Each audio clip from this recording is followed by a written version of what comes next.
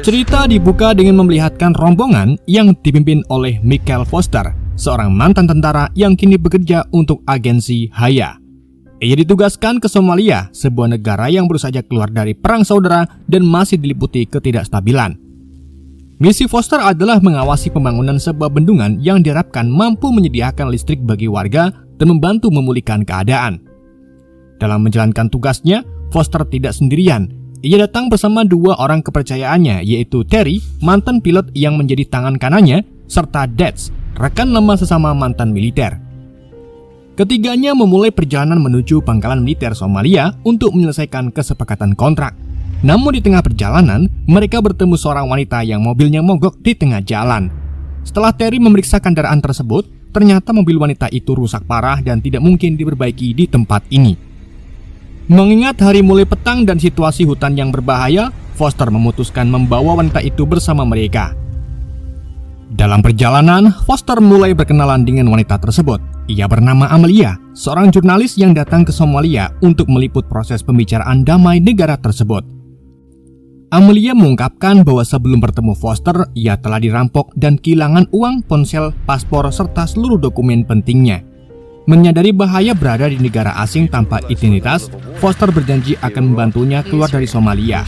Namun untuk sementara, Amelia harus ikut bersama mereka.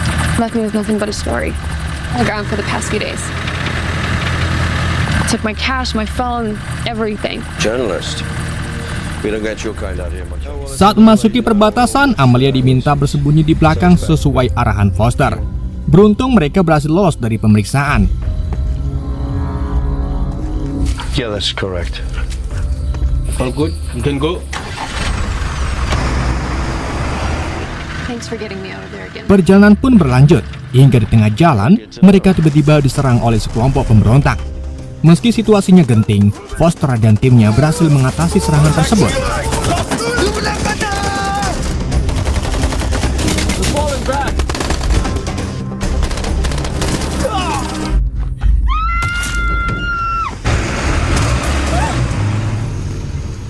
Setelah itu mereka berhenti di sebuah pom bensin untuk beristirahat.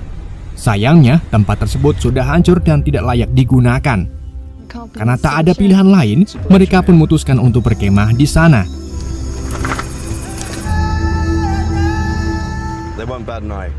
Keesokan paginya, perjalanan dilanjutkan hingga akhirnya mereka tiba di pangkalan militer.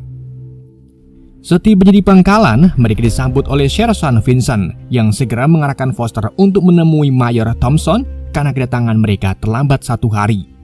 Amelia sempat ingin ikut, tapi Foster menolaknya karena pertemuan itu bersifat rahasia. Di hadapan Mayor Thompson, Foster menjelaskan bahwa keterlambatan terjadi akibat serangan di perjalanan sehingga mereka terpaksa bermalam di luar. Mayor Thompson pun memaklumi hal tersebut. Ia menjelaskan bahwa meskipun media memberitakan perdamaian, kenyataannya Somalia masih dipenuhi kelompok pemberontak dan kepentingan gelap yang ingin situasi terlihat damai agar mereka bisa menjarah tanpa hambatan. Mayor Thompson juga menegaskan bahwa misi Foster sangatlah berbahaya. Kelompok pemberontak memiliki persenjataan lengkap dan tidak segan bertindak brutal. Namun proyek bendungan harus segera diselesaikan agar warga bisa hidup lebih damai dan pembangunan pangkalan militer dapat memperkuat stabilitas kawasan. Usai pertemuan, Foster diminta menemui mantan kontraktor proyek untuk mengambil laporan survei lokasi sebelum pekerjaan dimulai. My men are all ex-military. They know the drill. I thought the dust had settled after the Civil War. The sooner you finish your work. Thank you, Major. Singkat cerita, Foster dan tim akhirnya bertemu kontraktor tersebut di sebuah bar. Kontraktor itu menjelaskan bahwa dalam proses survei, ia kehilangan banyak anak buah akibat serangan pemberontak serta ranjau yang tersebar di lokasi proyek. Mendengar hal itu, Foster menyampaikan bela sungkawa. Saat suasana mulai mencair, situasi mendadak berubah ketika seorang pemberontak yang menyamar sebagai pelayan tiba-tiba menyerang. Untungnya Foster berhasil menghindar dan membalas serangan. Sayangnya pelaku berhasil melarikan diri.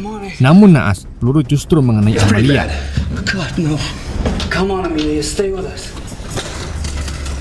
Amelia segera dilarikan ke rumah sakit dan ditangani oleh Dr. Clark.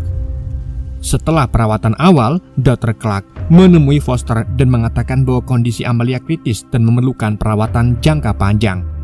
Ia meminta Foster untuk melanjutkan tugasnya dan tidak perlu khawatir, karena pihak rumah sakit akan memberi kabar jika kondisi Amelia membaik. Namun di balik itu terungkap bahwa Dr. Clark adalah dokter cabul. Ia tampak memperlakukan Amelia seolah ia adalah mangsanya sendiri.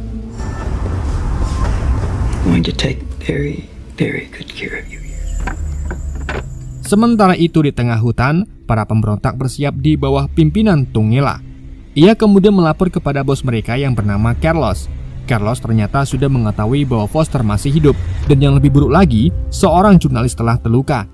Ia khawatir kejadian itu akan menarik perhatian internasional. Karena merasa terancam, Carlos pun memerintahkan Tungela untuk melakukan apapun demi melenyapkan Foster. Bagi mereka, pembangunan bendungan itu adalah ancaman besar yang bisa menghancurkan bisnis dan kekuasaan yang selama ini mereka nikmati. Setelah insiden penyerangan itu, Foster menemui Mayor Thompson untuk meminta penjelasan.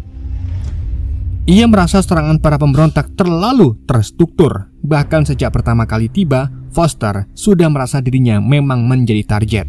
Mendengar penjelasan itu, Mayor Thompson menarik kesimpulan bahwa semua ini kemungkinan besar berkaitan dengan proyek pembangunan bendungan yang sedang mereka jalankan. Mayor Thompson kemudian menambahkan bahwa situasi semakin rumit karena adanya konflik internal antara dirinya dan Kolonel Colin. Ia mencurigai bahwa serangan-serangan tersebut mungkin ada hubungannya dengan Colin. Meskipun begitu, Foster tidak ingin gegabah. Ia memilih tidak mengambil kesimpulan apapun sebelum berbicara langsung dengan Kolonel Colin. Your guess is as good as mine, Mr. Foster. He is vehemently opposed to the new construction. You do that, Mr. Foster. He's that bad, huh? That there is Colonel Collins. Just wrapped up with a major. Namun setelah Foster meninggalkan ruangan, sebuah fakta baru terungkap. Ternyata Sersan Vincent adalah informan rahasia milik Carlos. Ia diam-diam melaporkan seluruh percakapan antara Foster dan Mayor Thompson kepada Carlos, termasuk kecurigaan serta rencana mereka. Sore harinya di lokasi konstruksi, Terry dan Dutch melapor kepada Foster bahwa seluruh ranjau di area proyek telah berhasil dinetralisirkan. Namun di situ seorang wanita tiba-tiba diamankan oleh pasukan karena masuk ke area tanpa izin. Wanita itu bernama Leah yang ternyata adalah putri dari Kolonel Colin. Foster tidak ingin memperkeruh keadaan. Ia lalu memerintahkan pasukannya untuk membawa Leah menemui Mayor Thompson. Dalam pertemuan tersebut terjadi diskusi singkat. Mayor Thompson secara terang-terangan menyampaikan kepada Leah bahwa ayahnya telah menjadi penghalang bagi proyek pemerintah. Ia juga menegaskan bahwa cepat atau lambat pemerintah akan tetap mengusur wilayah milik Colin. I'll relay the message to my family. It's only a matter of time. So, what is it you want from me? Until his time is done. Di sisi lain, sebelum ke rumah Colin, Foster menyempatkan mampir ke rumah sakit untuk menjenguk Amelia. Namun anehnya, bidan di sana malah memberi informasi bahwa Amelia menolak menemuinya. Dan Dr. Clark tidak dapat di lokasi karena lagi cuti. Foster pun mulai mencurigai ada sesuatu yang tidak beres. Namun karena teman-temannya menunggu, ia belum mengambil tindakan apapun. Tak lama kemudian, Foster akhirnya berhasil bertemu dengan Leah. Dalam pertemuan tersebut, Foster menawarkan solusi terbaik terkait pembangunan bendungan dan properti milik ayah Leah. Ia ingin bertemu langsung dengan Kolonel Collins untuk membicarakan semuanya secara musyawarah. Singkat cerita, pertemuan itu pun terjadi. Awalnya Colin mencurigai Foster dan mengira kedatangannya bertujuan untuk memaksanya menyerah. Namun seiring percakapan berlangsung, Foster menunjukkan sikap hormat dan menyampaikan beberapa solusi bijak.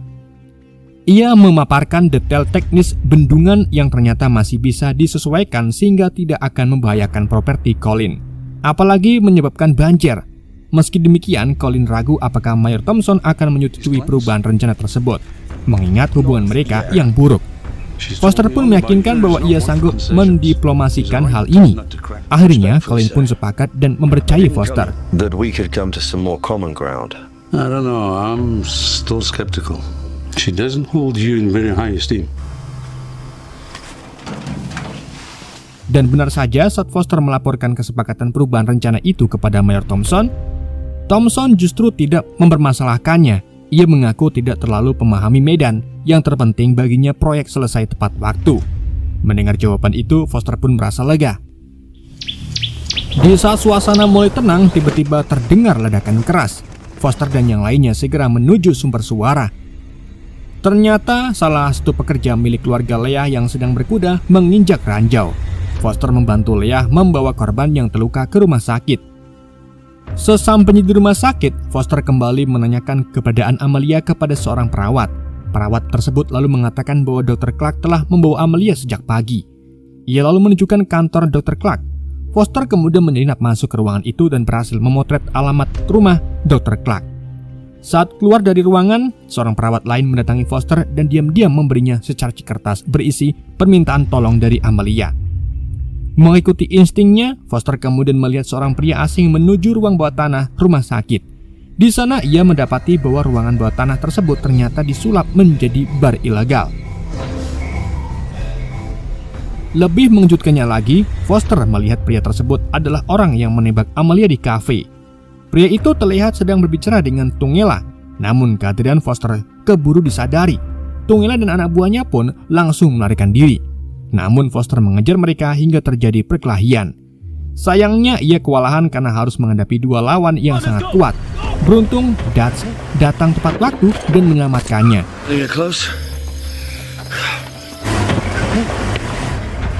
Setelah kejadian di rumah sakit itu, Foster segera mengajak dua sahabatnya berdiskusi mengenai secarcik surat permintaan tolong dari Amelia. Dari surat tersebut, mereka semakin yakin bahwa Dr. Clark terlibat dalam kejahatan yang jauh lebih besar. Setelah rencana matang, Foster bersama timnya mulai melacak alamat dokter rumah Clark. Karena lokasi rumah itu tersembunyi dan sulit dijangkau melalui jalur darat, mereka pun memutuskan menggunakan pesawat kecil untuk mencapai tempat tersebut. What the hell could this mean? This will be operational for an inflow point. Studies the accessible. We'll understand if you take a pass on us. There's a dirt strip landing nearby. Yeah. Sementara itu, Dr. Clark memborgol Amelia di sebuah kamar terpencil dan memintanya tetap tenang, seolah tidak terjadi apapun. Di sisi lain, Foster dan timnya akhirnya berhasil mendarat di lokasi rumah Dr. Clark. Setelah menyelidiki tempat tersebut, mereka menemukan berbagai data dan foto para wanita yang menghilang setelah dirawat di rumah sakit itu. Dari temuan tersebut terungkap bahwa Dr. Clark menjual para korban kepada kelompok pemberontak. Tak lama kemudian, Foster berhasil menemukan Amelia yang disekap. Terry, we're on our way. Copy, Mike. Copy. We're home soon. Namun saat mereka berusaha melarikan diri menggunakan mobil, Dr. Clark mengejar mereka hingga mobil Foster menabrak batu besar. Dalam kondisi setengah sadar, Dr. Clark menusuk perut Foster dan hampir membunuhnya. Beruntung Amelia berhasil mengambil senjata dan menembak Dr. Clark lebih dulu sehingga mereka pun selamat dari maut.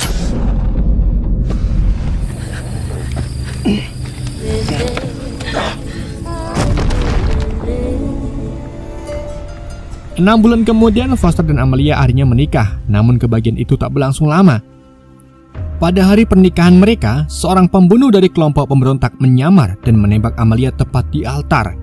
Terry dan Dutch berhasil mengejar pelaku saat ia melarikan diri, tapi Foster terlanjur hancur melihat istrinya tewas di hadapannya. Dalam kemarahannya, Foster menyiksa pembunuh tersebut tanpa ampun. Untungnya Terry datang menenangkannya karena mereka masih membutuhkan informasi. Dari interogasi itu terungkap bahwa pembunuh tersebut dikirim oleh para pemberontak. Namun ancaman belum berakhir. Kelompok pemberontak kembali beraksi dengan menculik Leah, putri Kolonel Colin. Hal itu karena mereka kekurangan barang dagangan manusia.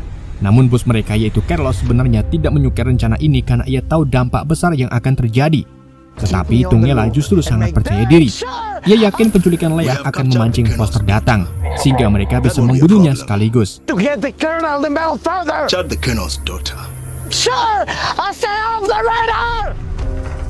Sementara itu, Kolonel Colin mendatangi Mayor Thompson untuk meminta bantuan menyelamatkan putrinya.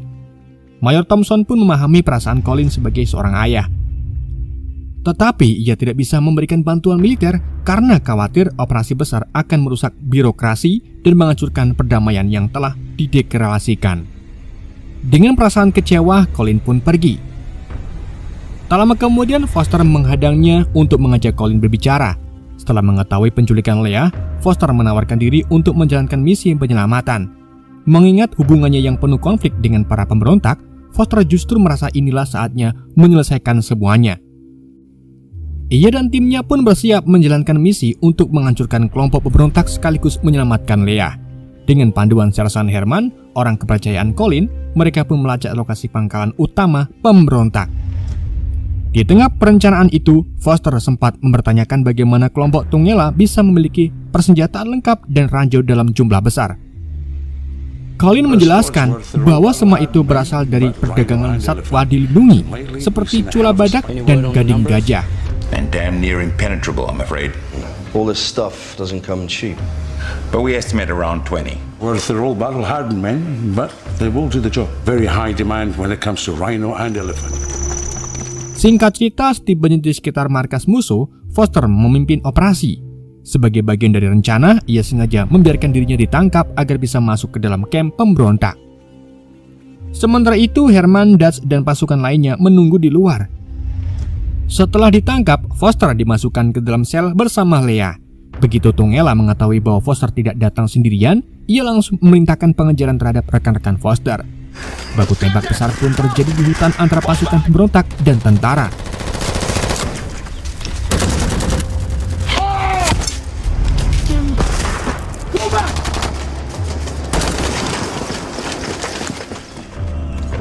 Di tengah kekacauan, Foster berhasil melarikan diri bersama Leah.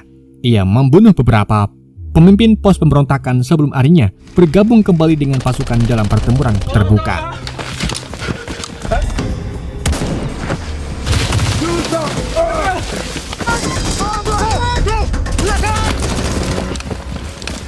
Hingga akhirnya mereka berhasil menang dan membawa Leah kembali.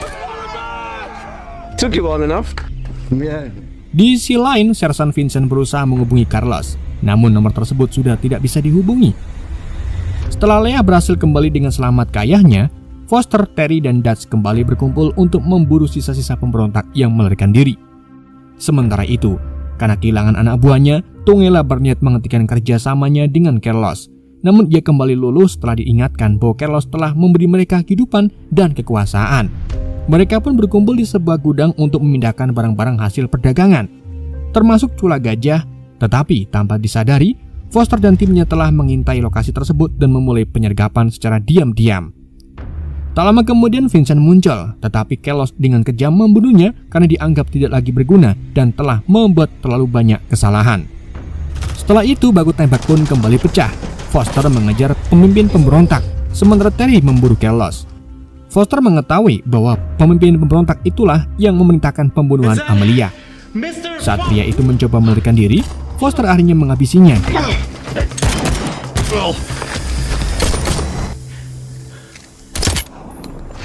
Di tempat lain, Tungela hampir saja membunuh Terry. Untungnya Foster muncul tepat waktu, mengambil alih pertempuran dan mengakhiri hidup Tungela dengan memasukkan tubuhnya ke mesin gergaji. Dengan demikian, film pun tamat.